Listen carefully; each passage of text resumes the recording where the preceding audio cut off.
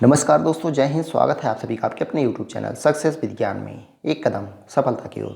दोस्तों, आज हम लोग यूपी स्पेशल का जो है 5वां लेक्चर करेंगे, जिसमें 2 चैप्टर कवर होंगे।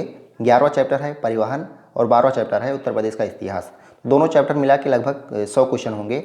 हर क्वेश्चन इंपॉर्टेंट होंगे, पिछली परीक्षाओं में आए हुए होंगे। तो इसका 4 वीडियो जो आया है वो आप लोग प्लेलिस्ट में जाके देख लीजिए। सारे वीडियो जो हैं इंपॉर्टेंट हैं। और पीडीएफ अगर आपको चाहिए तो आप टेलीग्राम चैनल ज्वाइन कर सकते हैं। टेलीग्राम चैनल का लिंक जो है आपको डिस्क्रिप्शन में मिल जाएगा और वीडियो के फर्स्ट कमेंट में भी आपको मिल जाएगा। तो चलिए शुरू करते हैं। तो पहला क्वेश्चन देखते हैं। पहला क्वेश्चन है, गंगा नदी के निम्नलिखित में से किस भाग को राष्ट्रीय जलमार्ग घोषित किया गया है? इनमें से किसको राष्ट्रीय जलमार्ग घोषित किया गया है? तो कानपुर से हल्दिया तक। तो डी ऑप्शन करेक्ट हो जाएगा। गंगा नदी में प्रयागराज उत्तर प्रदेश से हल्दिया पश्चिम बंगाल तक को राष्ट्रीय जलमार्ग घोषित किया गया है। यह भारत का प्रथम राष्ट्रीय जलमार्ग है जिसकी लंबाई जो है 1620 किलोमीटर है। अगला है, अक्टूबर 2021 में कुशीनगर में अंतर्राष्ट्रीय हवाई अड्डे के उद्घाटन के संदर्भ में निम्नलिखित में से कौन सा कथन सही है? तो कौन सा सही है? दिया गया है, लैंड करने वाली पहली फ्लाइट उद्घाटन फ्लाइट श्रीलंका एयरलाइंस की थी। दूसरा दिया गया है, कुशीनगर उत्तर प्रदेश का चौथा अंतर्राष्ट्रीय हवाई अड्डा बना। तो कौन सा इसमें सही है? तो इसमें केवल पहला सही है। लैंड करने वाली पहली उद्घाटन फ्लाइट जो है श्रीलंका एयरलाइंस थी, क्योंकि कुशीनगर उत्तर प्रदेश का जो है ये तीसरा अंतर्राष्ट्रीय हवाई अड्डा बना है। देख सकते हैं। प्रधानमंत्री श्री नरेंद्र मोदी ने 20 अक्टूबर 2021 को कुशीनगर में अंतर्राष्ट्रीय हवाई अड्डे का उद्घाटन किया। इस हवाई अड्डे पर लैंड करने वाली पहली उद्घाटन फ्लाइट श्रीलंका एयरलाइंस की थी। उत्तर प्रदेश में 5 अंतर्राष्ट्रीय हवाई अड्डे हैं, जिनमें से लखनऊ, वाराणसी तथा कुशीनगर में सेवा प्रारंभ हो चुका है, किंतु अयोध्या तथा जेवर नोएडा में निर्माणाधीन है। कुशीनगर उत्तर प्रदेश का तीसरा अंतर्राष्ट्रीय हवाई अड्डा है। तो अयोध्या में भी प्रारंभ हो चुका है। उत्तर प्रदेश सरकार की महत्वाकांक्षी 8 लेन प्रवेश नियंत्रित गंगा एक्सप्रेसवे परियोजना का विस्तार उत्तर प्रदेश के किन 2 परस्पर अधिकतम दूरी वाले जनपदों के मध्य प्रस्तावित है?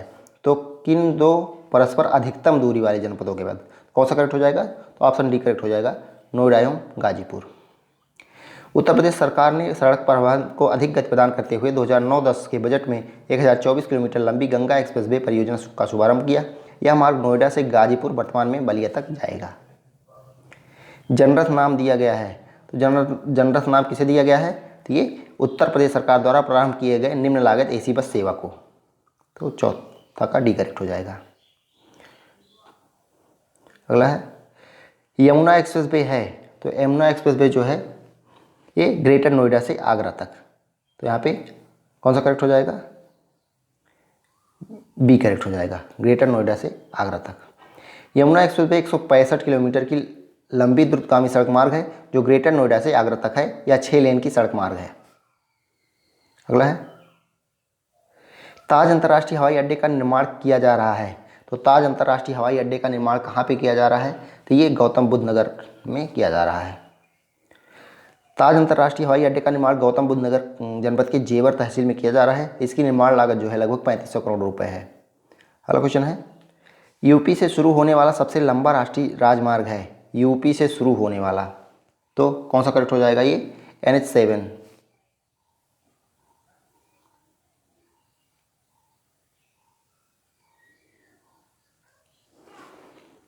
तो यूपी से शुरू होने वाला सबसे लंबा राष्ट्रीय राजमार्ग पूछा गया है। तो उत्तर प्रदेश से शुरू होने वाला सबसे लंबा राष्ट्रीय राजमार्ग जो है NH7 है।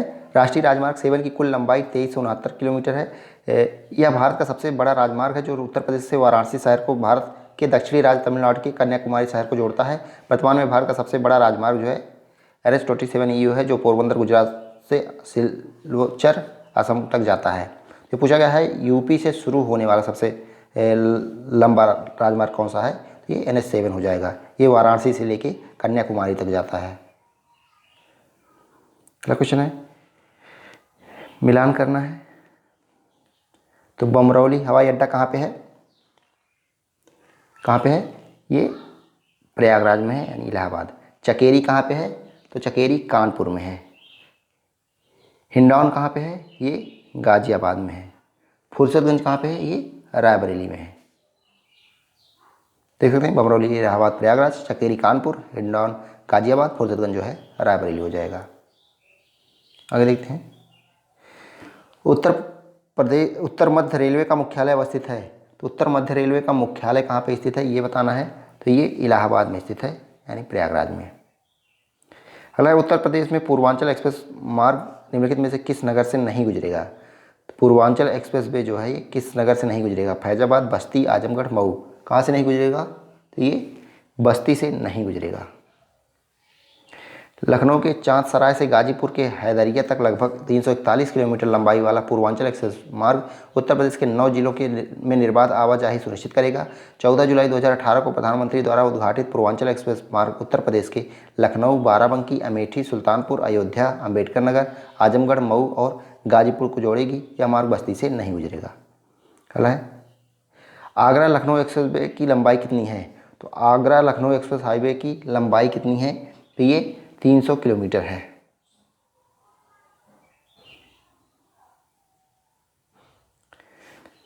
आगरा लखनऊ एक्सप्रेस हाईवे की लंबाई जो है 302 किलोमीटर है। आगरा लखनऊ एक्सप्रेस प्रवेश नियंत्रित एवं एलिवेटेड है। यह आगरा के इनर रिंग रोड से प्रारंभ होकर फिरोजाबाद, मैनपुरी, इटावा, औरैया, कन्नौज, हरदोई, कानपुर नगर, उन्नाव होते हुए लखनऊ में समाप्त हो जाती है।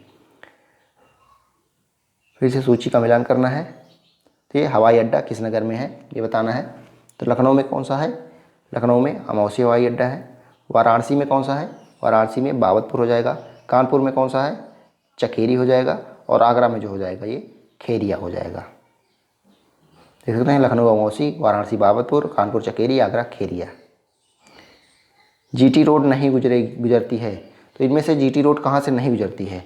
तो प्रयागराज से गुजरती है, आगरा से गुजरती है, मुगल सराय से गुजरती है, अलीगढ़ से नहीं गुजरती है। तो ऑप्शन सी करेक्ट हो जाएगा। जीटी रोड को वर्तमान में राष्ट्रीय राजमार्ग 19 कहा जाता है। पुराना मार्ग जो है NH2 था, जो दिल्ली से कोलकाता के बीच स्थित है। जीटी रोड अलीगढ़ से होकर नहीं गुजरती है। या आगरा, फिरोजाबाद, इटावा, कानपुर, फतेहपुर, प्रयागराज, वाराणसी, मुगल सराय, कोलकाता तक जाता है। अगला क्वेश्चन है, राष्ट्रीय राजमार्ग विकास परियोजना के उत्तर, दक्षिण तथा पूर्व पश्चिम गलियारे मिलते हैं। तो कहाँ पे मिलते हैं? उत्तर, दक्षिण और पूर्व पश्चिम गलियारे। काफ़ी इंपॉर्टेंट क्वेश्चन है, कई बार पूछा गया है। तो ये झांसी में मिलते हैं। ऑप्शन बी करेक्ट हो जाएगा। राष्ट्रीय राजमार्ग विकास परियोजना के तहत बनने वाली उत्तर दक्षिण गलियारा श्रीनगर को कन्याकुमारी से तथा पूर्व पश्चिम गलियारा सिलचर को पोरबंदर से जोड़ता है। इसका मिलन स्थल जो है झांसी में है। अगला क्वेश्चन है, ताज एक्सप्रेस वे किन शहरों को जोड़ता है? ताज एक्सप्रेस वे की बात हो रही है, किन शहरों को जोड़ता है? तो किसको जोड़ता है? ये आगरा और ग्रेटर नोएडा को।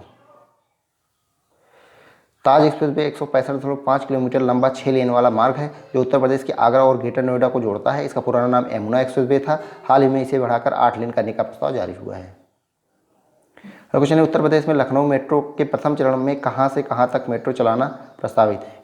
तो कहाँ से कहाँ तक चलाई गई थी मेट्रो जो है? ये ट्रांसपोर्ट नगर से चारबाग तक।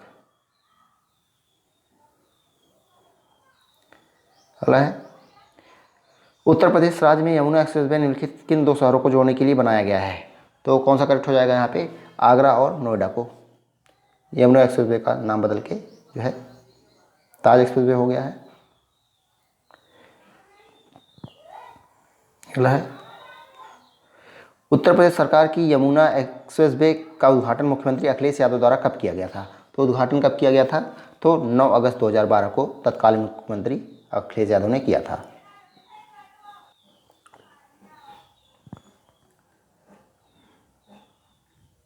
आगे देखते हैं। तो वाला चैप्टर समाप्त हुआ। अब इतिहास देखेंगे, यूपी के इतिहास के बारे में। चलिए शुरू करते हैं। तो उत्तर प्रदेश के इतिहास का जो है पहला क्वेश्चन है, 1924 में संयुक्त प्रांत वर्तमान उत्तर प्रदेश के किस शहर में संपूर्ण भारत के से क्रांतिकारियों की बैठक बुलाई गई थी? तो किस शहर में बुलाई गई थी? तो ये कानपुर शहर में। ऑप्शन डी यहाँ पे करेक्ट हो जाएगा।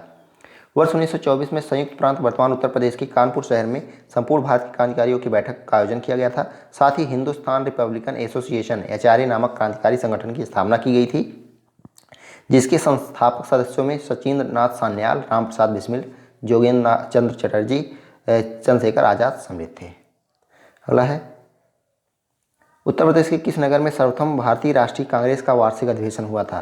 तो उत्तर प्रदेश के किस नगर में सर्वप्रथम भारतीय राष्ट्रीय कांग्रेस का अधिवेशन हुआ था? तो इलाहाबाद में। देख सकते हैं डिटेल, काफ़ी इंपॉर्टेंट क्वेश्चन है ये। उत्तर प्रदेश में कांग्रेस का सर्वप्रथम अधिवेशन इलाहाबाद में आयोजित हुआ था। यह कांग्रेस का चौथा अधिवेशन था, जो वर्ष 1988 में संपन्न हुआ। इसके अध्यक्ष जो है जॉर्ज यूल थे, जॉर्ज मूल नहीं, जॉर्ज यूल थे। वर्ष 1892 तथा 1910 में भी कांग्रेस का अधिवेशन जो है इलाहाबाद में आयोजित हुआ था। उल्लेखनीय है कि बनारस में 1905 में तथा लखनऊ में 1899, 1916 तथा 1936 में आयोजित हुआ था। कानपुर में 1925 में अधिवेशन आयोजित हुआ था। तो यूपी वाले जो अधिवेशन हुए थे कांग्रेस के, काफ़ी इंपॉर्टेंट है। अगला क्वेश्चन है, उत्तर प्रदेश में वैष्णववाद के सनकादि संप्रदाय का संस्थापक कौन था? तो कौन था? ये निम्बार्क थे। उत्तर प्रदेश में वैष्णववाद के सनकादि संप्रदाय का संस्थापक निम्बार्क थे। इस संप्रदाय के अन्य नाम हंस संप्रदाय तथा देवर्ष संप्रदाय है। निम्बार्क संप्रदाय भारत के प्रमुख संप्रदायों में गिना जाता है। इस संप्रदाय का प्राचीन मंदिर मथुरा के में ध्रुव टीले पर स्थित बताया जाता है। इस संप्रदाय का सिद्धांत द्वैतवाद कहलाता है। इसी को भेदाभेदगत भी कहते हैं। अगला क्वेश्चन है, किस फ्रांसीसी यात्री ने काशी को भारत का एथेंस कहा? भारत का एथेंस जो है किस फ्रांसीसी यात्री ने कहा था? तो ये बर्नियर ने कहा था। ऑप्शन डी यहाँ पे करेक्ट हो जाएगा। बर्नियर ने काशी को भारत का एथेंस कहा है। बर्नियर एक फ्रांसीसी चिकित्सक और यात्री था जिसने मुगल राजकुमार दारा शिकोह के लिए एक चिकित्सक के रूप में काम किया था। अगला क्वेश्चन है, चंदावर के युद्ध 1194 में राजा जयचंद मोहम्मद गोरी से पराजित हुआ। चंदावर की वर्तमान में भौगोलिक स्थिति क्या है? तो वर्तमान में कहाँ पे स्थित है चंदावर? तो ये उत्तर प्रदेश के इटावा जनपद के में यमुना नदी के तट पर। तो ये चंदावर इटावा जनपद में यमुना नदी के तट पर स्थित है। अगला है, निम्नलिखित में से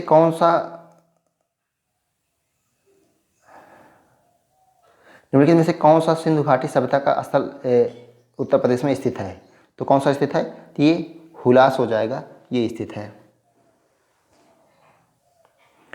हुलास उत्तर प्रदेश के सहारनपुर जिले में अवस्थित है। रोपड़ पंजाब में, बनवाली जो है हरियाणा में और मांडा जो है जम्मू कश्मीर में स्थित है। निम्नलिखित में से कौन सा एक क्रांतिकारी काकोरी ट्रेन कांड से संबंधित नहीं था? तो इनमें से कौन संबंधित नहीं था ये बताना है। तो इसमें से खुदीराम बोस संबंधित नहीं था। राजेंद्र लाहिड़ी, अशफाक उल्ला खां और रोशन सिंह संबंधित थे। काकोरी ट्रेन कांड से खुदीराम बोस का कोई संबंध नहीं है। 30 अप्रैल 1908 को खुदीराम बोस तथा प्रफुल्ल कुमार चाकी ने किंग्सफोर्ड की गाड़ी पर बम फेंकने के आरोप में खुदीराम बोस को 11 अगस्त 1908 को लगभग 18 वर्ष की आयु में मुजफ्फरपुर जेल में फांसी दी गई थी। जबकि काकोरी ट्रेन कांड से राजेंद्र लाहिड़ी, रोशन सिंह, रामप्रसाद बिस्मिल, अशफाक उल्ला खां तथा चंद्रशेखर आजाद सक्रिय रूप से संबंधित थे। अगला है, वर्तमान उत्तर प्रदेश में भारत के प्राचीनतम 16 महाजनपद में से कुल कितने महाजनपद स्थित हैं? तो 16 महाजनपद में से उत्तर प्रदेश में कितने स्थित हैं ये बताना है आपको। तो ये सी करेक्ट हो जाएगा, 8। बौद्ध ग्रंथ अंगुत्तर निकाय के अनुसार 6वीं शताब्दी ईसा पूर्व में भारतवर्ष में 16 महाजनपद थे। इन महाजनपदों में उत्तर प्रदेश से 8 महाजनपद शामिल थे। इनका विवरण निम्न है, तो नाम देख लेते हैं कौन कौन से। काशी राजधानी वाराणसी थी, वाराणसी के आसपास का क्षेत्र है वर्तमान में। वत्स की राजधानी कौशाम्बी इलाहाबाद के आसपास। कौशल की राजधानी श्रावस्ती फैजाबाद के आसपास। मल्ल की राजधानी कुशीनारा देवरिया के आसपास। चेरी की राजधानी शक्तिमती बुंदेलखंड के आसपास। कुरु की राजधानी इंद्रप्रस्थ मेरठ दिल्ली थानेश्वर के पास का क्षेत्र। सूरसेन की राजधानी मथुरा के आसपास। और पांचाल की राजधानी जो है अहिच्छत्र बरेली बदायूं फर्रुखाबाद के आसपास। ये 8 महाजनपद जो हैं यूपी में स्थित थे। अगला क्वेश्चन है, मिलान करना है। ये कुरु की राजधानी इंद्रप्रस्थ, पांचाल की क्या हो जाएगी? पांचाल की अहिच्छत्र हो जाएगी। कौशल की कौन सी हो जाएगी? ये साकेत। वत्स की कौशाम्बी।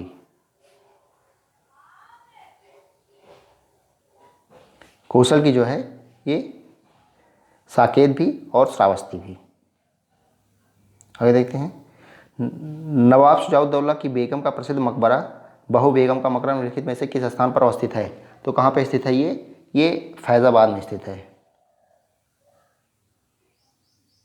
अगला है, जैनपुर के शर्की वंश का अंतिम शासक कौन था? ये इंपॉर्टेंट क्वेश्चन है। तो कौन था? ये हुसैन शाह शर्की।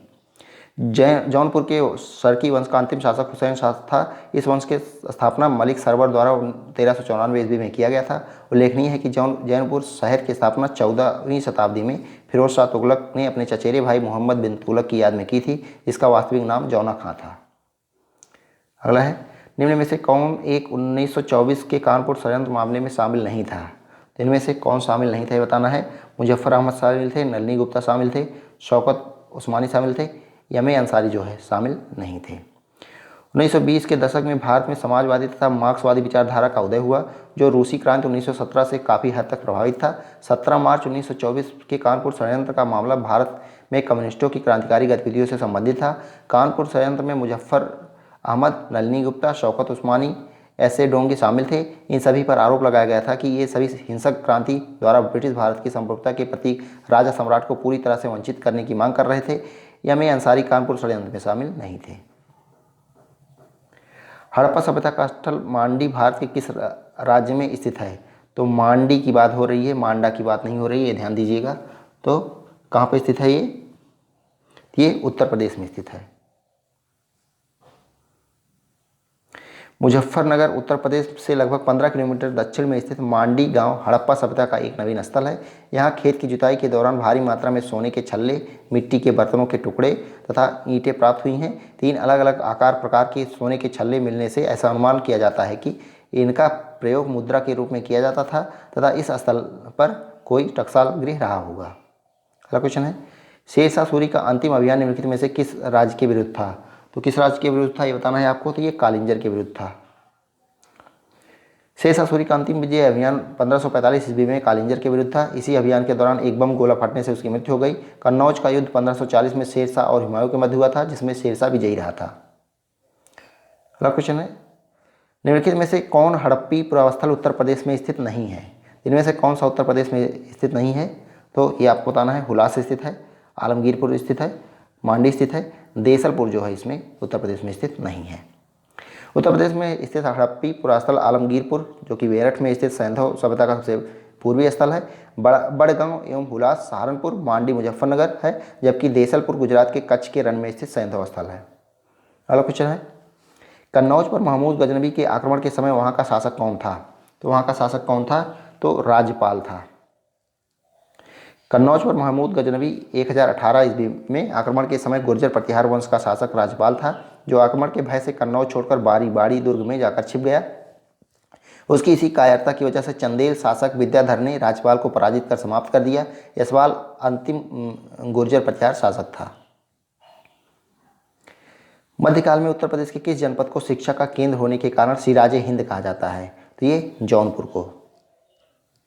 मध्यकाल में जौनपुर शिक्षा का एक प्रसिद्ध केंद्र होने के कारण उसे सिराजे हिंद कहा जाता था। शेरशाह सूरी एवं मलिक मोहम्मद जायसी ने जौनपुर में ही शिक्षा प्राप्त की थी। बीबी राजा बेगम का मदरसा जौनपुर की प्रसिद्ध शिक्षण संस्था थी, जिसका निर्माण सरकी शासक महमूद शाह की पत्नी बीबी रजा ने करवाया था। क्वेश्चन है, निम्नलिखित में से किस वर्ष प्रयागराज उत्तर प्रदेश के किले पर अंग्रेजों का अधिकार स्थापित हुआ? तो कब स्थापित हुआ था ये बताना है। 1797 ईस्वी में। वर्ष 1797 ईस्वी में प्रयागराज के किले पर अंग्रेजों का अधिकार स्थापित हो गया। शुजाउद्दौला के पश्चात आसिफुद्दौला और फिर 1797 ईस्वी में उसका भाई सआदत अली अवध का नवाब बना। उल्लेखनीय है कि सआदत अली ने 1801 ईस्वी में प्रयागराज सहित कई अन्य क्षेत्रों को अंग्रेजों को सौंप दिया, जिसके बदले में उसे सुरक्षा की गारंटी प्राप्त हुई। उत्तर प्रदेश के विभिन्न स्थानों में आयोजित भारतीय राष्ट्रीय कांग्रेस के अधिवेशन के संदर्भ में सूची 1 को सूची 2 से सुमेलित कीजिए तथा नीचे दिए गए कोड का प्रयोग करके सही उत्तर का चयन कीजिए। तो कहाँ पे हुआ था ये बताना है आपको। तो मेरठ में जो है कब हुआ था? तो मेरठ में 1946 में हुआ था, कानपुर में 1925 में हुआ था, लखनऊ में 1916 में हुआ था और बनारस में जो है 1905 में हुआ था। देख सकते हैं मेरठ में जो है 55वां अधिवेशन था ये 1946 में। अध्यक्ष जो थे JB कृपलानी। अध्यक्ष भी याद रखिएगा, जो भी उत्तर प्रदेश में अधिवेशन हुए हैं हर चीज़ इंपॉर्टेंट है, वर्ष भी कहाँ पे हुआ था और अध्यक्ष कौन थे। कानपुर में 41वां हुआ था 1925 में, सरोजनी नायडू जी इसकी अध्यक्ष थी। लखनऊ में 32वां हुआ था 1916 में, अंबिका चरण मजूमदार उसके अध्यक्ष थे। बनारस 21वां हुआ था 1905 में, गोपाल कृष्ण गोखले जो इसके अध्यक्ष थे। अगला क्वेश्चन है, निम्नलिखित में से किस वर्ष वर्तमान उत्तर प्रदेश का प्रायः संपूर्ण क्षेत्र बंगाल प्रेसिडेंसी से अलग करके आगरा प्रेसिडेंसी के अधीन कर दिया गया? ये बताना है। तो 1833 ईस्वी में। सन 1833 ईस्वी में उत्तर प्रदेश के संपूर्ण क्षेत्र को बंगाल प्रेसिडेंसी से अलग करके आगरा प्रेसिडेंसी के अधीन कर दिया गया। यहाँ एक अलग गवर्नर की नियुक्ति की गई थी। उत्तर प्रदेश का क्षेत्र कई वर्षों तक बंगाल प्रेसिडेंसी के अधीन रहा, जहाँ गवर्नर जनरल का शासन था। अगला है, निम्नलिखित में से कौन सही सुमेलित नहीं है? निम्नलिखित में से कौन सही सुमेलित नहीं है, ये बताना है। पूर्व मध्यकालीन उत्तर प्रदेश के शहर, वर्तमान अवस्थिति, ये बताना है आपको। कौन सही सुमेलित नहीं है, ये बताना है। तो कोइल जो है अलीगढ़, ये सही सुमेलित है। महोत्सव नगर महोबा को कहते हैं, सही है। महोदश्री कन्नौज को। जेजाग भुक्ति कौशाम्बी, तो जेजाग भुक्ति कौशाम्बी नहीं, ये बुंदेलखंड को कहते थे। तो ऑप्शन डी यहाँ पे करेक्ट हो जाएगा। देख सकते हैं, कोल या कोयल जो है अलीगढ़ को कहते थे। महोत्सव नगर महोबा का पुराना नाम है, महोदयश्री कन्नौज का, और जेजाग भुक्ति जो है बुंदेलखंड का नाम है। निम्नलिखित में से किस नगर को महोदयश्री कहा जाता था? तो कन्नौज को। अंग्रेजों के विरुद्ध बनारस विद्रोह का नेतृत्व किसने किया था? तो बनारस विद्रोह का नेतृत्व किसने किया था? तो राजा चेत सिंह ने किया था। अंग्रेजों के विरुद्ध बनारस विद्रोह 1780-81 का नेतृत्व राजा चेत सिंह ने किया था। वारेन हेस्टिंग्स 1778 में राजा चेत सिंह से 5 लाख रुपया युद्ध कर के रूप में मांगा। चेत सिंह द्वारा मांगी गई रकम न देने पर वारेन हेस्टिंग्स ने उसे गिरफ्तार कर लिया। फलस्वरूप चेत सिंह के सैनिकों ने इस दुर्व्यवहार पर विद्रोह कर दिया। हेस्टिंग्स ने इस विद्रोह को सरलता से दबा दिया तथा चेत सिंह के भतीजे महीप नारायण को राजा बना दिया, जिसने 40 लाख रुपये वार्षिक कंपनी को देना स्वीकार कर लिया। अगला क्वेश्चन है, काकोरी षड्यंत्र केस में प्रधान आरोपी पंडित राम प्रसाद बिस्मिल को उत्तर प्रदेश के किस शहर में फांसी दी गई? तो किस शहर में फांसी दी गई थी? तो ये गोरखपुर में।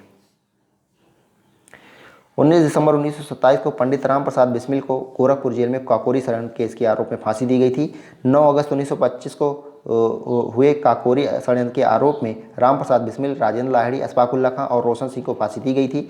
राम प्रसाद बिस्मिल का जन्म 11 जून 1857 को शाहजहांपुर, ये याद रखिएगा कहाँ पे जन्म हुआ था राम प्रसाद बिस्मिल जी का? तो ये शाहजहांपुर में हुआ था। अभी हाल ही में उत्तर प्रदेश सरकार ने काकोरी कांड का नाम बदलकर काकोरी ट्रेन एक्शन कर दिया है।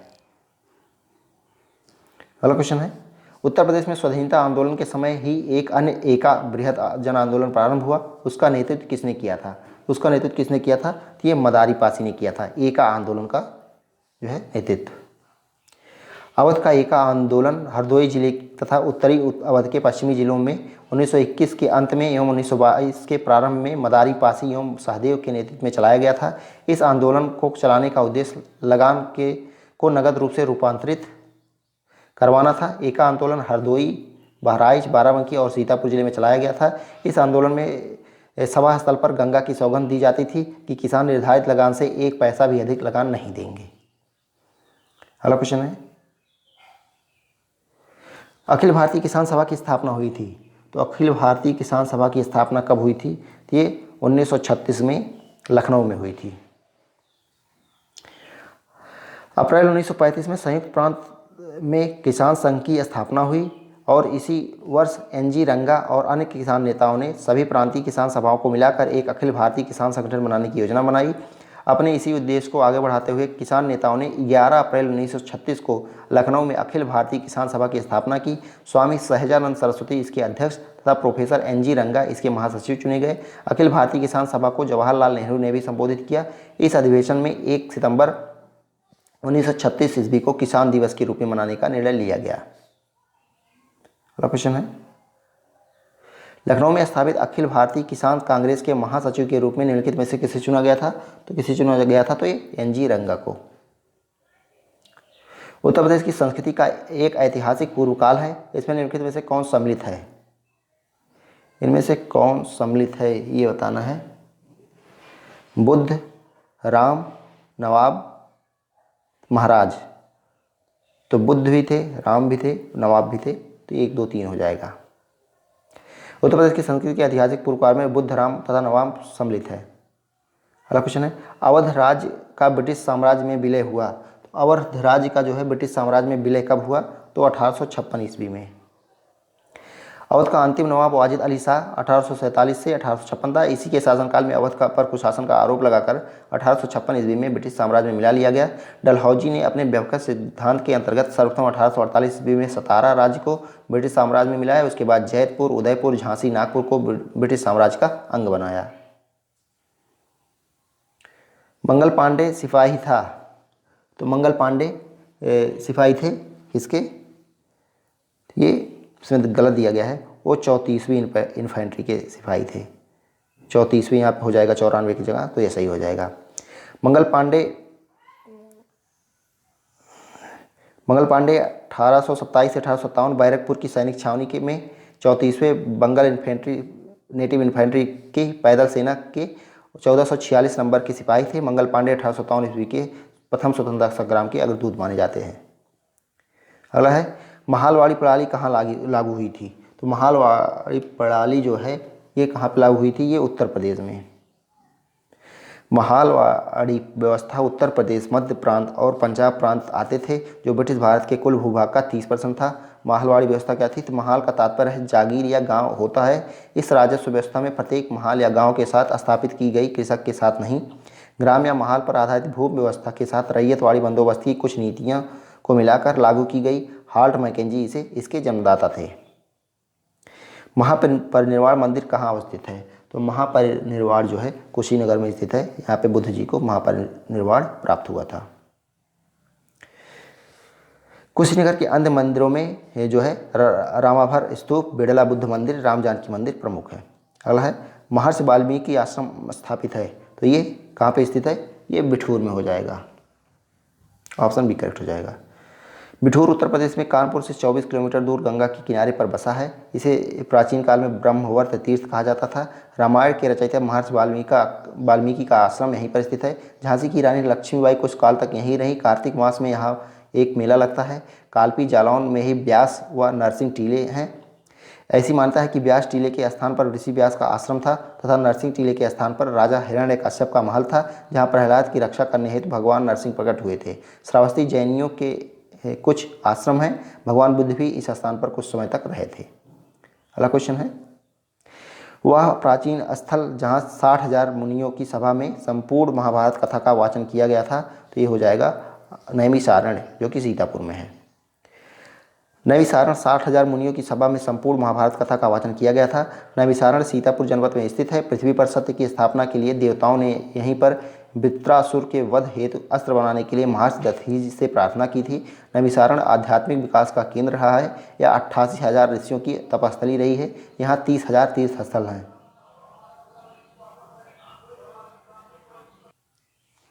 तो अगला क्वेश्चन है, प्रसिद्ध नैमिषारण्य तीर्थ जनपदों में से किस एक में स्थित है, तो किस जनपद में स्थित है, ये सीतापुर में स्थित है नैमिषारण्य।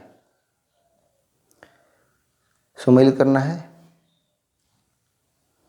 तो ये 84 गुंबद कहाँ पे है, ये 84 गुंबद जो है ये जालौन में है। जामा मस्जिद यहाँ पे मुरादाबाद हो जाएगा। बौद्ध स्तूप कहाँ पे है, तो बौद्ध स्तूप जो है कुशीनगर। और कामदगिरि पर्वत जो है ये चित्रकूट में है, काफ़ी इंपॉर्टेंट है,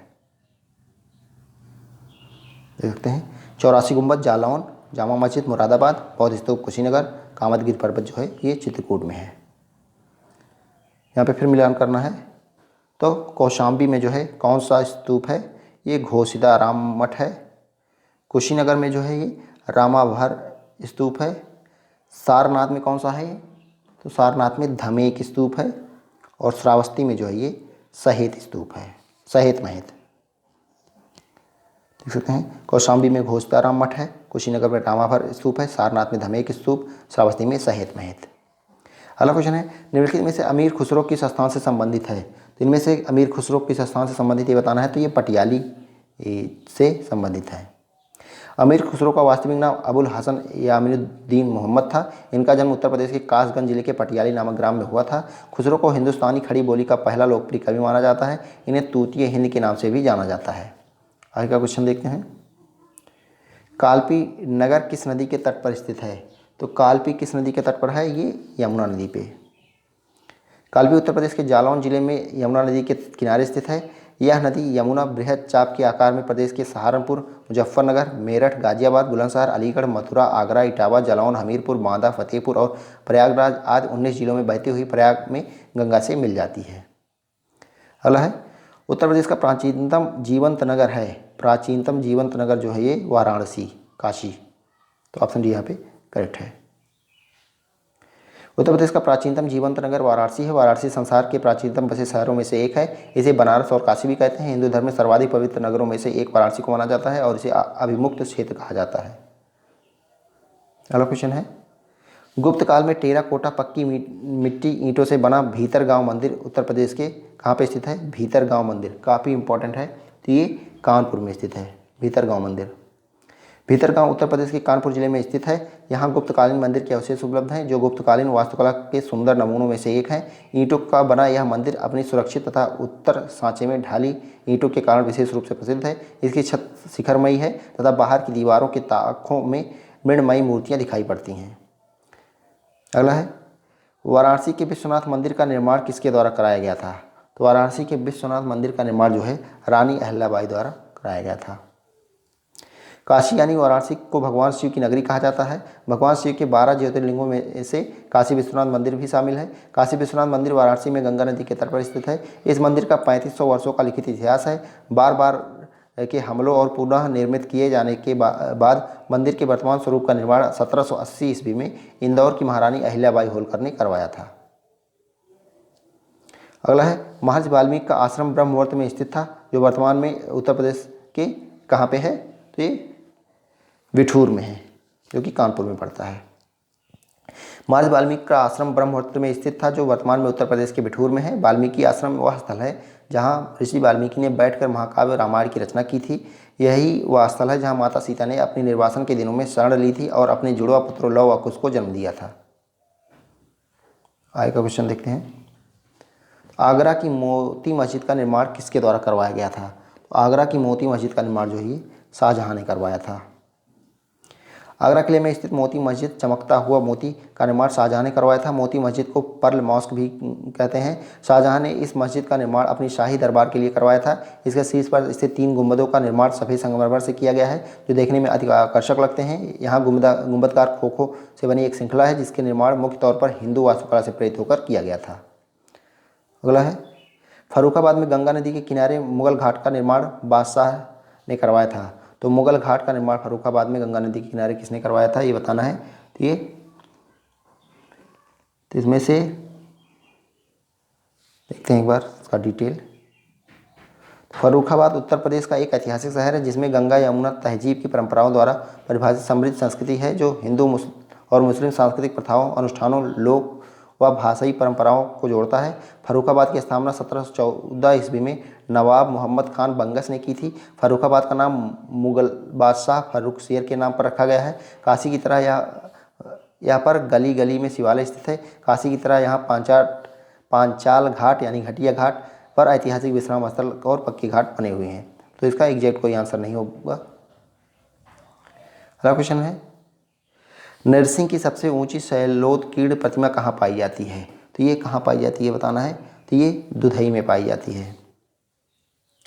उत्तर प्रदेश के ललितपुर जिले में आने वाले दुधई गांव में नरसिंह भगवान की सबसे ऊंची शैलोत्कीर्ण प्रतिमा प्राप्त हुई है। यह प्रतिमा 35 फीट ऊंची है। इस प्रतिमा का मुख शेर और शरीर मनुष्य का दिखाई गया है जो हिरण्यकश्यप का वध कर रहे हैं। यहाँ पर गुप्त वंशी अनेक मूर्तियाँ और मंदिर मौजूद हैं। अगला है कुशीनगर बौद्धों के लिए महत्वपूर्ण है क्योंकि गौतम बुद्ध जो है यहाँ पे उनका महापरिनिर्वाण प्राप्त हुआ था, यहाँ पे मर गए थे। अगला है कुशीनगर बौद्धों का एक लोकप्रिय पर्यटन स्थल है। यहाँ जो है कौन सा है? रामभर स्तूप स्थित है। बड़ा इमामबाड़ा कहाँ पर स्थित है? तो बड़ा इमामबाड़ा जो है ये लखनऊ में स्थित है। बड़ा इमामबाड़ा लखनऊ की एक ऐतिहासिक धरोहर है। इसे भूल भुलैया भी कहते हैं। इसका निर्माण आसफुद्दौला ने वर्ष 1784 में करवाया था। तो निर्माण याद रखेंगे आसफुद्दौला ने करवाया था। कब? 1784 ईस्वी में। यह विशाल गुंबद हाल 50 मीटर लंबा और 15 मीटर ऊंचा है। इस इमामबाड़े में एक असरी मस्जिद भी है जहां गैर मुस्लिम लोगों का प्रवेश की अनुमति नहीं है। मस्जिद परिसर के आंगन में 2 ऊंची मीनारें हैं। अगला है घोषताराम जहाँ बुद्ध कुछ समय के लिए रुके थे कहाँ स्थित है, तो ये कौशाम्बी में। घोषताराम उत्तर प्रदेश के कौशाम्बी जिले में स्थित एक प्रसिद्ध उद्यान है। घोषताराम उद्यान महात्मा बुद्ध के निवास के लिए बनाया गया था।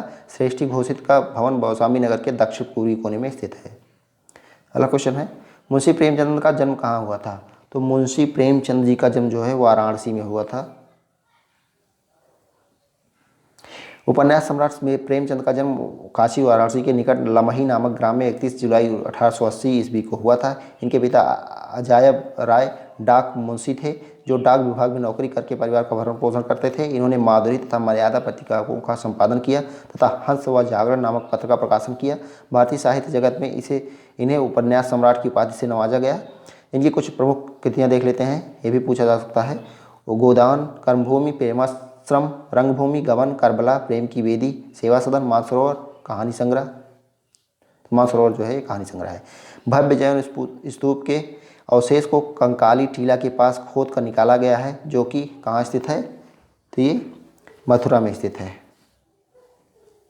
कंकाली टीला मथुरा में स्थित एक टीला है। इस टीले का पर कंकाली देवी का मंदिर है, इसलिए इसका नाम कंकाली टीला है। 1890-91 में डॉक्टर फुहरर के नेतृत्व में यहाँ खुदाई हुई, जिसमें प्रसिद्ध भव्य जैन स्तूप प्राप्त हुआ। अगला क्वेश्चन है, प्रसिद्ध सूफी संत शेख सलीम चिश्ती का दरगाह उत्तर प्रदेश के किस जिले में स्थित है, तो कहाँ पे स्थित है, ये फतेहपुर सीकरी में स्थित है। ऑप्शन सी यहाँ पे करेक्ट हो जाएगा।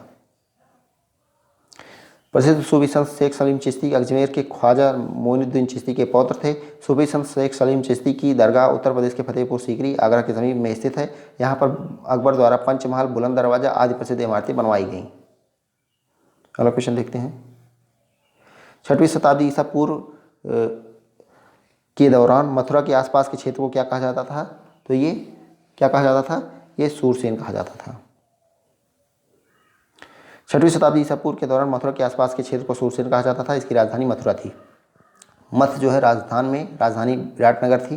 पांचाल बरेली बदायूं का क्षेत्र था। अहिच्छत्र राजधानी अंग बिहार में था। इसकी राजधानी जो है चंपा थी। अगला है, उत्तर प्रदेश में पहली बार 1887 में प्रकाशित होने वाले दैनिक समाचार हिंदुस्तान के संपादक कौन थे, तो हिंदुस्तान के संपादक कौन थे, ये मदन मोहन मालवीय थे। उत्तर प्रदेश में 1887 में प्रकाशित होने वाले दैनिक समाचार हिंदुस्तान के संपादक मदन मोहन मालवीय थे। मालवीय जी का जन्म प्रयाग में सन 1861 ईस्वी में हुआ था। इन्होंने 1916 में बनारस हिंदू विश्वविद्यालय की स्थापना की। अगला क्वेश्चन है, 6वीं शताब्दी BC के दौरान उत्तर प्रदेश के किन क्षेत्रों को चेदी कहा जाता था, तो चेदी जो है कहा जाता था बुंदेलखंड के क्षेत्र को। बौद्ध ग्रंथ अंगुत्तर निकाय के अनुसार 6वीं शताब्दी ईसा पूर्व में भारत पर 16 महाजनपदों में बटा हुआ था। इन महाजनपद में उत्तर प्रदेश के 8 महाजनपद शामिल थे। तो ये पहले भी आप लोग देख चुके हैं, तो ये 8 महाजनपद थे। अगला क्वेश्चन है, राजा हर्षवर्धन ने डैश में भद्र विहार नामक ज्ञान के एक बृहद केंद्र की स्थापना की। तो राजा हर्षवर्धन ने कहाँ पे एक बृहद केंद्र की स्थापना की थी, तो कौन सा करेक्ट हो जाएगा यहाँ पे ऑप्शन सी करेक्ट हो जाएगा, कन्नौज में। राजा हर्षवर्धन ने कन्नौज में भद्र विहार नामक ज्ञान के एक बृहद केंद्र की स्थापना की। हर्ष के ये दरबारी कवि बाण भट्ट थे, जिन्होंने हर्षचरित तथा कादम्बरी की रचना की। हर्षवर्धन ने 3 संस्कृत नाटक ग्रंथों प्रियदर्शिका, रत्नावली तथा नागानंद की रचना की थी। अगला क्वेश्चन है, अशोक स्तंभ में उत्कीर्ण किए हुए शेर का मुख, जिसे भारत सरकार द्वारा राष्ट्रीय प्रतीक के रूप में अपनाया गया है, कहाँ के संग्रहालय में संरक्षित है, तो कहाँ हो जाएगा ये, सारनाथ। ऑप्शन बी यहाँ पे करेक्ट है। सारनाथ में अशोक ने जो स्तंभ बनवाया था उसके शीर्ष भाग को सिंह चतुर्मुख कहते हैं। इस मूर्ति में 4 भारतीय सिंह पीठ से पीठ सटाए हुए खड़े हैं। सारनाथ स्तंभ का यह शीर्ष भाग वर्तमान समय में सारनाथ के संग्रहालय में रखा हुआ है। यह सिंह चतुर्मुख शीर्ष स्तंभ ही भारत सरकार द्वारा राष्ट्रीय प्रतीक के रूप में अपनाया गया है।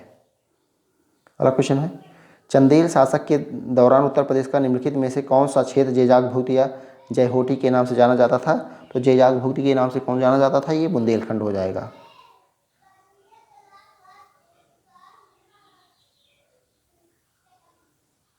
अगला है, आगरा और अवध के संयुक्त प्रांत, जिन्हें अब उत्तर प्रदेश के नाम से जाना जाता है, ने वर्ष 1921 में अपनी राजधानी को कहाँ से लखनऊ में स्थानांतरित किया था, तो ये कहाँ से लखनऊ स्थानांतरित किया था, ये इलाहाबाद से लखनऊ स्थानांतरित हुई थी 1921 में।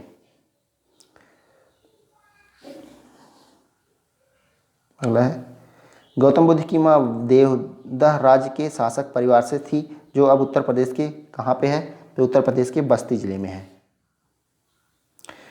महात्मा गौतम बुद्ध की माँ का नाम महामाया था। वह देवदह राज्य के कोली वंशीय शासकीय परिवार से संबंधित थी। देवदह राज्य वर्तमान समय में उत्तर प्रदेश के बस्ती जिले में स्थित है। कोली गणराज्य पूर्वी उत्तर प्रदेश व नेपाल की सीमा पर स्थित बुद्धकालीन गणराज्य था। वाल्मीकि का आश्रम ब्रह्मवर्त में था, जो अब है कहाँ पे, बिठूर में। रिपीटेड क्वेश्चन है।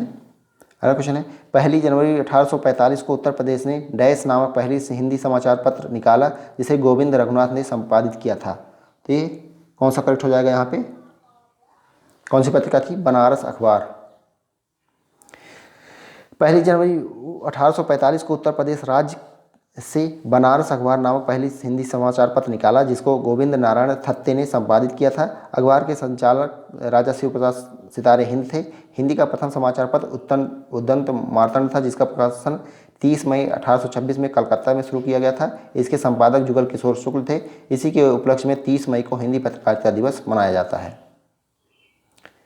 भेद कुंड, जहां अर्जुन ने द्रौपदी से शादी करने के लिए मछली को निशाना बनाया था, उत्तर प्रदेश के कहाँ पे स्थित है, तो उत्तर प्रदेश के कहाँ पे स्थित है ये बताना है आपको। तो ये फर्रुखाबाद में स्थित है। भेड़ कुंड, जहां अर्जुन ने पांचाल नरेश द्रुपद की पुत्री द्रौपदी से शादी करने के लिए मछली की आंख को निशाना बनाया था, उत्तर प्रदेश राज्य के फर्रुखाबाद जिले में स्थित है। अगला क्वेश्चन है, उत्तर प्रदेश के वर्तमान मुख्यमंत्री योगी आदित्यनाथ किस संप्रदाय से संबंधित है, तो ये नाथ संप्रदाय से। ये भी पूछा गया है क्वेश्चन।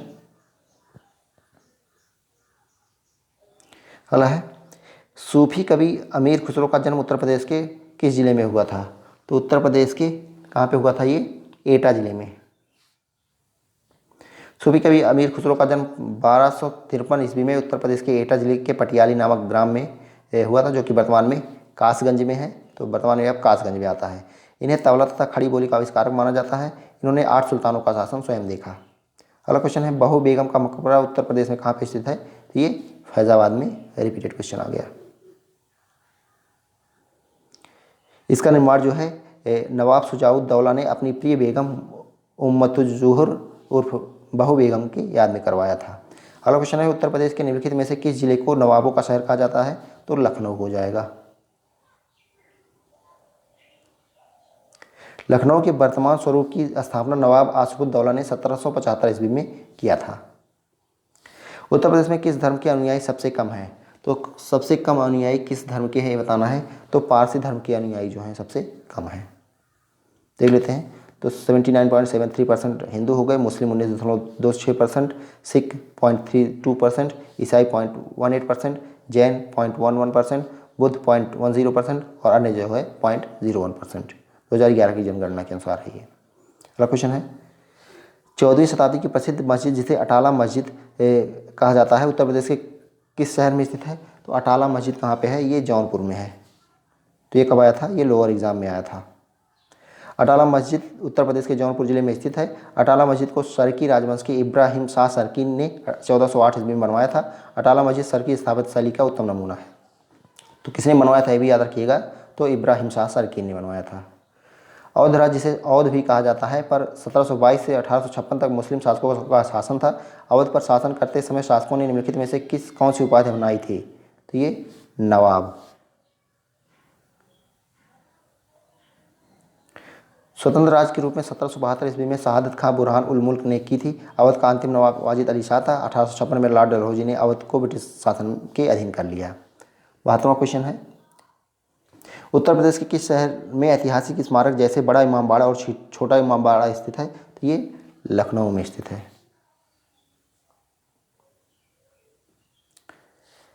बड़ा इमामबाड़ा आसिफुद्दौला ने बनवाया था। इसमें आसबी मस्जिद भी है।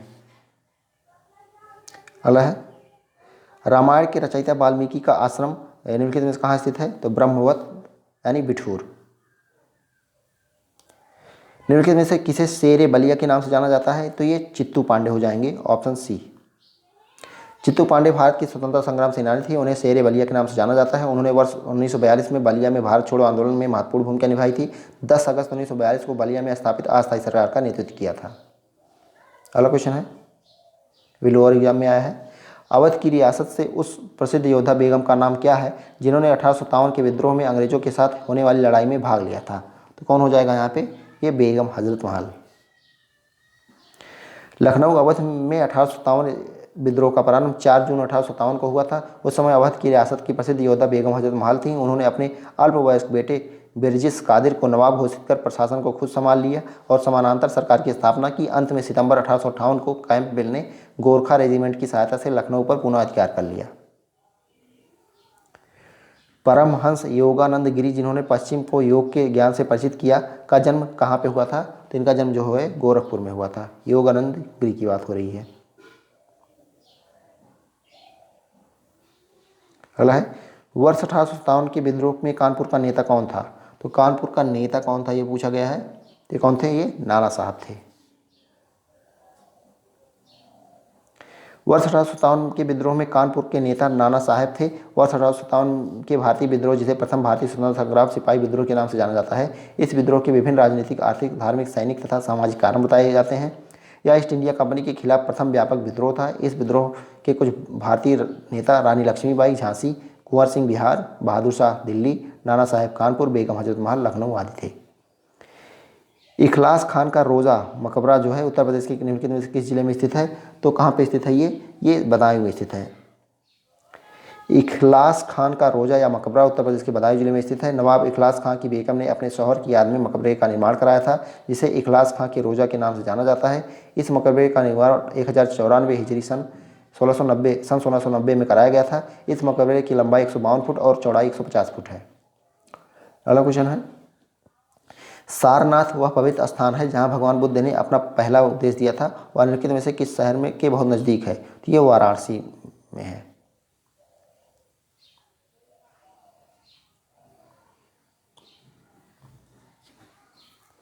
अगला है, उत्तर प्रदेश को पहले संयुक्त प्रांत के रूप में जाना जाता था, इसे किस वर्ष उत्तर प्रदेश का नाम दिया गया? तो उत्तर प्रदेश नाम कब दिया गया? तो ये 1950 में। डिटेल देखते हैं। तो 1 अप्रैल 1937 की ब्रिटिश शासन के दौरान उत्तर प्रदेश का संयुक्त प्रांत आगरा व अवध के रूप में स्थापित किया गया था। ब्रिटिश शासन काल में इसे संयुक्त प्रांत कहा जाता था, जिसे 24 जनवरी 1950 को बदलकर उत्तर प्रदेश कर दिया गया। 9 नवंबर 2000 को इससे एक नया राज्य उत्तराखंड उत्तर प्रदेश के 13 जिलों को काटकर बनाया गया। उत्तर प्रदेश दिवस 24 जनवरी को मनाया जाता है। तो दोस्तों ये दोनों चैप्टर खत्म हुए। लगभग 100 क्वेश्चन हम लोगों ने किए दोनों चैप्टर में। तो अगर आपको ऐसे वीडियो चाहिए पूरा यूपी स्पेशल कवर करना है तो चैनल को ज्वाइन कर लीजिए और बेल आइकन जरूर दबा लीजिए, जिससे क्या कहते हैं जैसे ही वीडियो अपलोड हो तुरंत आपको नोटिफिकेशन मिल जाए। धन्यवाद। जय हिंद।